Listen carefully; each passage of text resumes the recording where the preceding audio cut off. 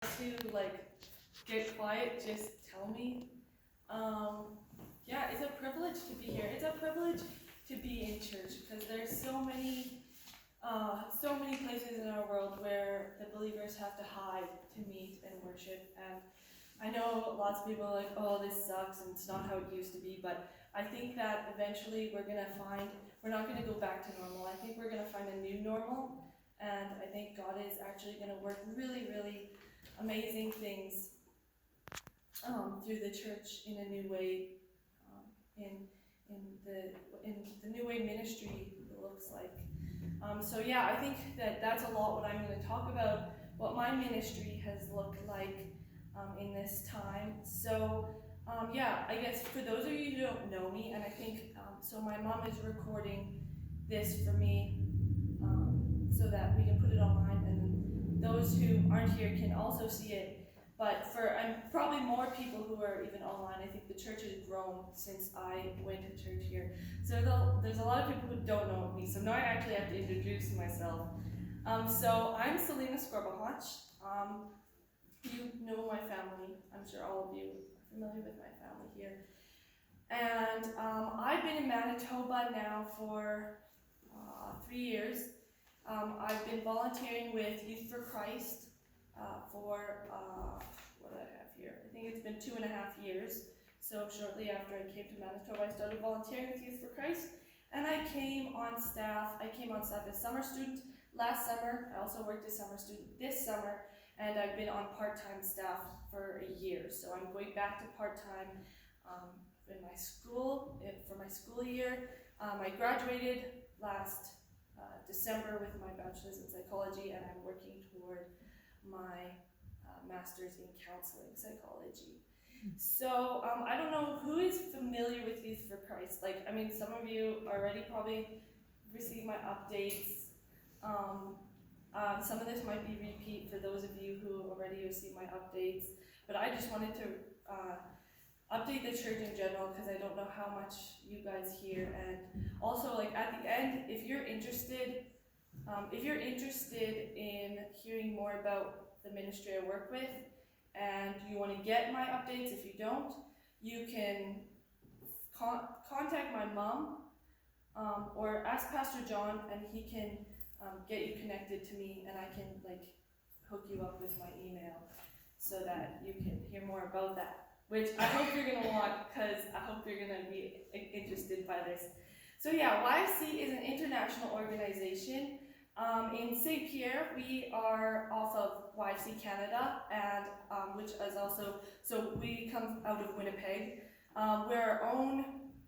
We're a branch off of Winnipeg YFC, and Winnipeg YFC is a Canadian chapter. So there's, I think, 38 Youth for Christ chapters in Canada.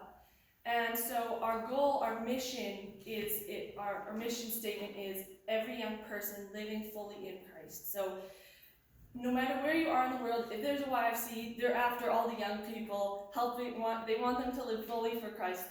We are there for your mind, your body, your soul, all of it. So all our ministries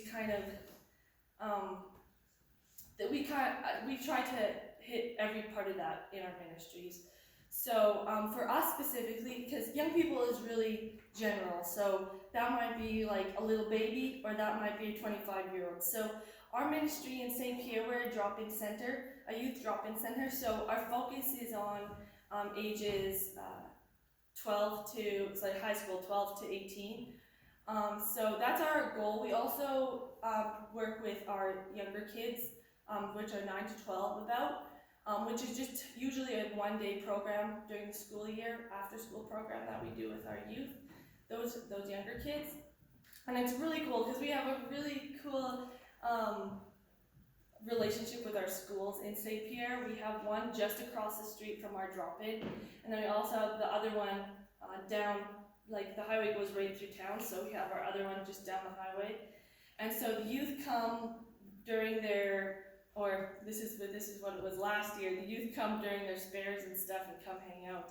And we get time to connect with them, and they'll come and play video games, or come just visit with us.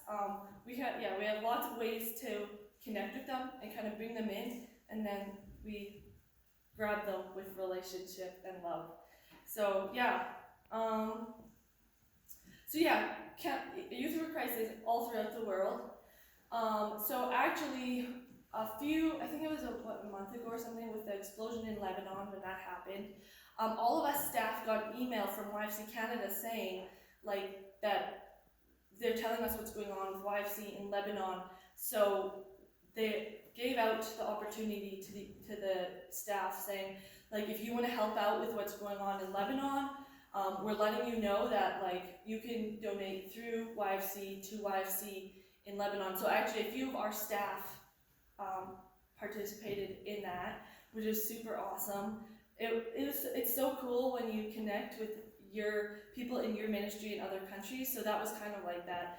So if you're wondering what happened in Lebanon with YFC, I think from what I remember from what happened was YFC, like I think they didn't have any, like everybody was safe in regard to youth and staff and volunteers. They needed support to help fixing like homes and that were related to their staff or their youth, and even their like centers and stuff. So that was what that was going to. So that was really, really cool to connect with YFC Lebanon in that way. So that's just kind of an international look on YFC. But YFC is very focused on each drop-in or whichever ministry, it's local. So YFC in St. Pierre is focused on ministry in St. Pierre, and YFC in a city in Lebanon is focused on that ministry there. We can interconnect, which is really cool. So now I have a connection actually in Brazil with YFC. So we'll see where that's gonna go. But yeah, so we're very localized. We're local missionaries with YFC. And yeah, so in regards to my personal experience in ministry, I've been so excited that God has led me here, because I never would have expected God to lead me into ministry like this soon in my life, because I thought I was going to school and I was gonna go work overseas in ministry, and that's where I was going. But God was like, I'm gonna use you right here. So I've been really super pumped about that He has purpose for me here, and He has purpose for us here, and He's placed us where we are to connect with the community around us. And no matter where you are, that there's people who need Jesus. Like, missionaries aren't just everybody going across overseas, but as believers, we have a call to communicate the gospel to everyone, every age. And so that's just so important, and that's really important to us at YFC. So yeah, so I'm here this week that I've been here. I have connected with some people. I'm in the process of raising more support, because we're like any other missionary. We have to raise funds. We're nonprofit, so I've been doing that, connecting with some people, because I didn't raise quite enough last year. So I've wanted to work more hours, because we have a need for more staff in St. Pierre. So I need to work more hours, and Winnipeg has also given me a bit of a raise because I've graduated. So that's going up from the summer. So I need to meet that, and I'm quite important that I actually meet that goal, because I'm actually very needed. So far it looks like with what I have, I'll probably only be able to work maybe 2 evenings, but with our other staff, I think we only have 100 hours amongst all of us. So so that's what I'm kind of working at right now. But anyway, I want to give you guys an update, because those of you who this might get long. I'm trying not to get too long. But there's so much to talk about, because I haven't been here so long, and this is just exciting me. So after COVID, so we closed for a bit. We were closed for like, I think 2 months or a month and a half, and then we had to like revitalize our ministry, and we're like, how are we gonna get to the youth in this situation? Because we had to social distance, and we had to, do all this stuff that we weren't used to. So we had to really, we had to get creative. So we had like this brainstorming session, and I started a garden ministry in our backyard at Wapsie, so I was super pumped about, because I wanted to grow a garden anyway. So I started a garden with some youth. So that, yeah, according to what I hear while I'm gone, the peppers are turning. I have some really hot, long peppers, so those are going to be great. Apparently they're going to be pickled, so, and then I think I'm probably going to have a whole bunch of tomatoes ready. I don't know, everything's going to be so ready when I get there. But anyway, so,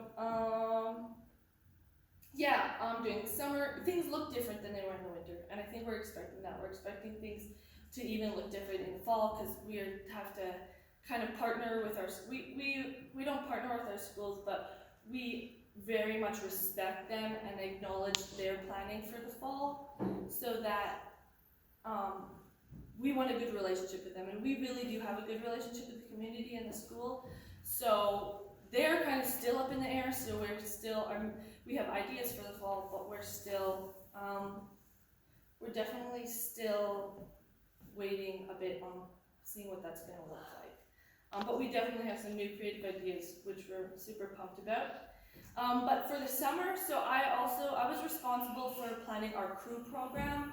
So our crew program, it's like we do lawns for people in the community. Sometimes we also do small jobs like garbage hauls and stuff.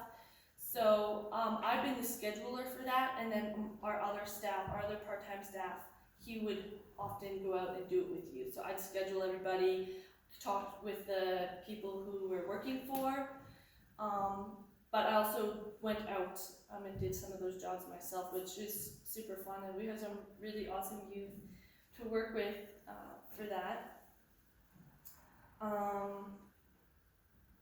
Yeah, and then I also was responsible for our Adventure Club program. So our Adventure Club program is, again, that's our younger age group, which is kind of funny, because our director, Dan, he's like, "Hey, Celina, you get to do Adventure Club this summer." And so this is our age, like 9 to 12, and I'm always like not too into the younger kids. I'm youth, I'm here for the youth. I'm in youth ministry because I want to work with youth, not kids. So I was like, I have to work with these young kids. And he's like, "Yeah, I don't like it either, but I've had to do it." So we're like, just doing it anyway. But then I thought, you know what? God put me in this ministry, and he gave me this opportunity. So he wants to grow me. So I worked with those kids for the summer, and we had some really good times. So that Adventure Club was Thursday mornings for, I think I planned it for 5 weeks. So that was, we did an activity. Sometimes it was like sports outside, but I learned that the kids didn't like that. I thought that would be fun because it's summer, but they were like, it's hot, we're dying. So I did that a few weeks, and then they just ended up watching me play, I guess. So we ended up going back. We built a castle, like a cardboard castle, one week, which is super fun. I'm so excited that they like that. And then, so after our activity, we would do a God talk. So I would talk to them about the gospel, and yeah, that was really cool. And then we had a snack, and then lots of the kids like to just play some video games after. So that's kind of what our Adventure Club looks like. And we had about average 11 or 12 kids. So that was actually pretty good. Last year we did a day camp and we only had 6. So this was really good turnout. And yeah, for the fall, I can't tell you what numbers are going to look like, because yeah, we're going to have to split kids up, not be, definitely, we won't be at our full capacity, because usually Adventure Club in the winter is around, I think we've had 30 kids after school, so that's definitely going to be a bit different, maybe splitting that into 2 different days. So yeah, my summer has actually been busy as a summer student. I did a lot of planning. Yeah, and I think it went really great. I feel like I really grew. I grew to know my youth more. I grew as a leader. I actually developed a really cool relationship with one of our Adventure Club age boys, actually. He didn't come to Adventure Club, but I know him through open drop-in. So we have open drop-in hours, so kids just kind of come. And those younger kids almost became our core for the summer, which is not usually. Usually our kids are older, so we kind of open the drop-in to younger kids this summer. because it was a little bit sparse. And so this one boy, he's actually Napoleon's age, so I think I had a brother connection with him. And we play pool together. Every time he comes in, we pretty much always play pool together. And there's just something special. I mean, I don't know. I hope it grows more, and I hope we grow to the point where, he asked me. He's not a believer, and his family isn't, so I'm really excited to see the impact God will make on his family through the drop-in. But he trusts me a lot, and we've done some really fun things together.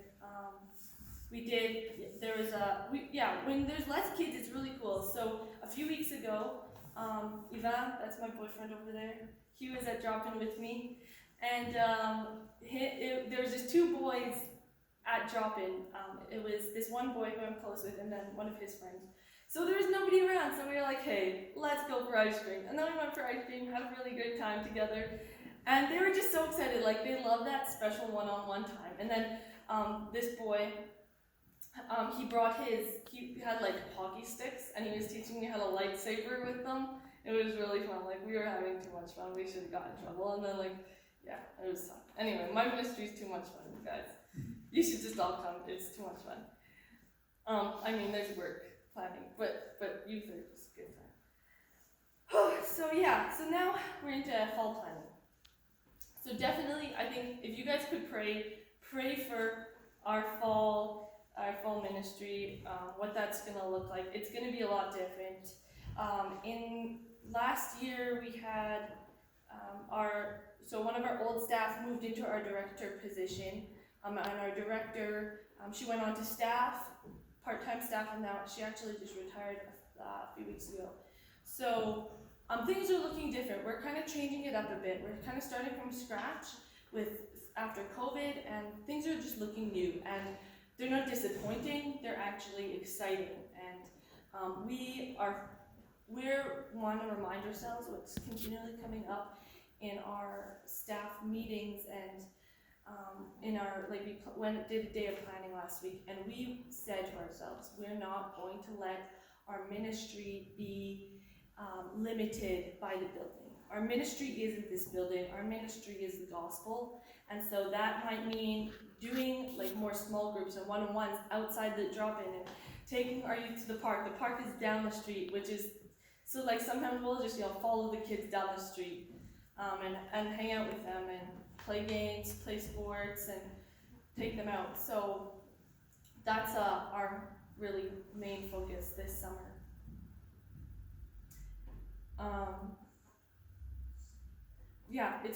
It's gonna be kind of challenging, but I think that's what I want to emphasize most is that if you're gonna pray for us, pray for creativity, excitement for the ministry, and just kind of clarity in where we should go from here. But definitely, I just want to encourage you all to not be disheartened by this situation, because I think God is going to work amazing things in it, and God wants to grow us and make us not hard and rigid, but people who can adapt, because I think that's what it's about.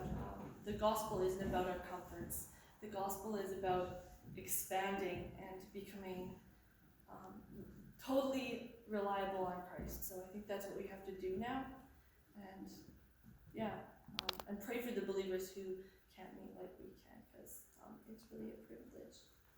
So thank you for listening. Hope I didn't go too long. So.